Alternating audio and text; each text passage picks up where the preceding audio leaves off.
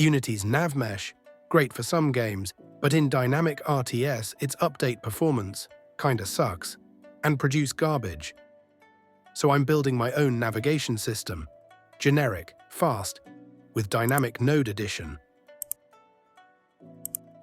and efficient spatial updates.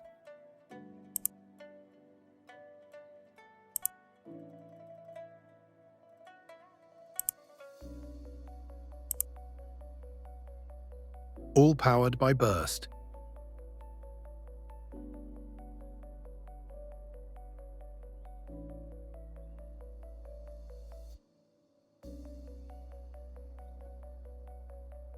Generic node provides smart system to merge overlapping obstacles attributes.